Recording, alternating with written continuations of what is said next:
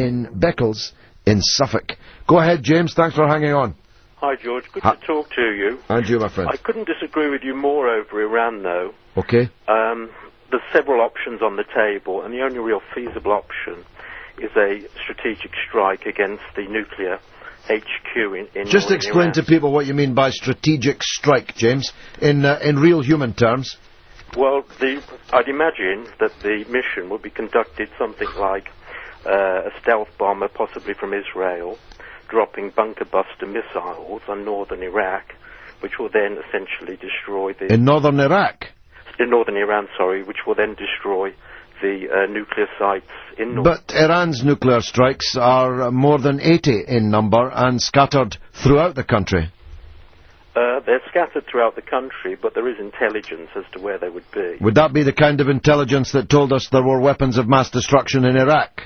Well, there would be no grounds for a strike on northern Iran unless there was good grounds to believe that there were nuclear installations there. But we were told that there were good grounds for believing that the Iraqis had weapons of mass destruction, and that turned out, however good the grounds for suspecting, to be absolute balderdash. But you're talking there about an invasion which led to regime change. No. I'm just dealing, first of all, James, with the issue of intelligence. You're telling me that this will be done, and the anodyne, or if you'll forgive me saying so, Orwellian phrase that you used, was a strategic strike, which is, of course, code for large amounts of high explosives raining down on people's heads. Now, you say you know where Iran's nuclear facilities are, although you didn't appear to know that they're more than 80 in number, and they're not in northern Iran, they're all over Iran.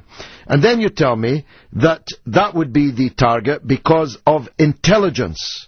Now, I'm sorry, James, but there will be people listening to this who don't know whether to laugh or cry at somebody like you, an intelligent man, coming on and repeating the mantra about intelligence when you know what you know now about the intelligence that led us into the disaster in Iraq, James. If I can answer that, George. Of course. If you're suggesting that there's going to be a full military invasion of Iran... No, I'm not suggesting that. James, I'm not suggesting that.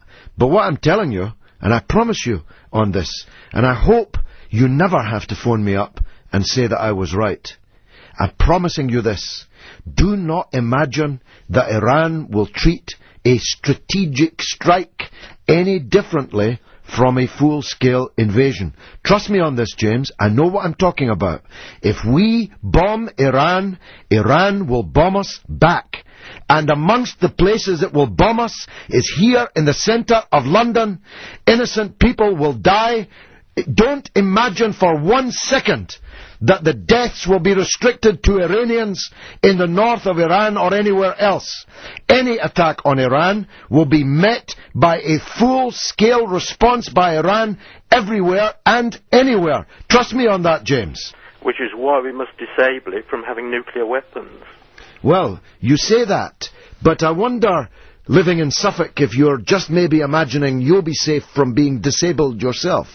But let me tell you, as someone who lives in London, who represents 100,000 souls in London, who lost constituents the last time an underground train blew up, let me tell you, there'll be a lot of disabled people in London in return for your disablement of Iran's nuclear power plants, which are absolutely legal, which they have as much right to develop as we do, and any attempt to bomb Iran, which you're attempting to sanitize with all your military talk, any attempt to bomb Iran will not be one strategic strike on one place in the north of Iran. It will have to be hundreds of strategic strikes on more than 80 places, even if it's only restricted to the nuclear plants. And there's every reason to believe, in the wake of the American statement, criminalizing, making terrorists of the Revolutionary Guard in Iran,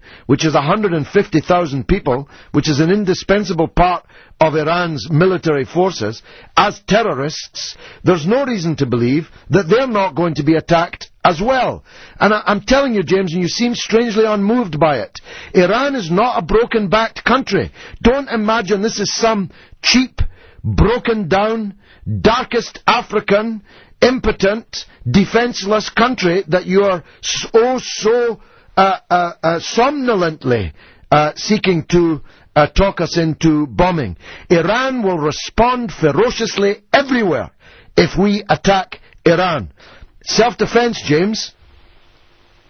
The real nightmare scenario is the prospect of mullahs in Iran having weapons. Well, tell me, James, why is that more of a nightmare scenario than Ariel Sharon having hundreds of nuclear weapons? Or George Bush having thousands of nuclear weapons? Or General Musharraf, who's one bullet away from Islamic revolution in Pakistan, having nuclear weapons? Or the government of India, which refuses to live up to its promises under the Non-Proliferation Treaty? Why are some people, James, allowed to have nuclear weapons, but others are not? The threat that we face from Iran is far, far greater than the threat we face from the United States. Why do we face a threat from Iran? What has Iran ever done to us?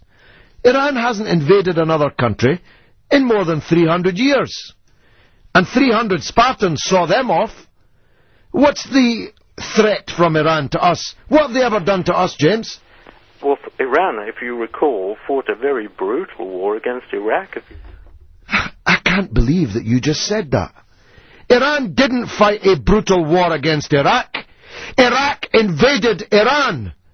Iraq invaded Iran using our weapons and with the support of our government. What do you mean they fought a brutal war against Iraq? They were invaded, for God's sake. They were invaded, but they fought a very brutal campaign. What does that have to do with them being a threat to us, for God's sake?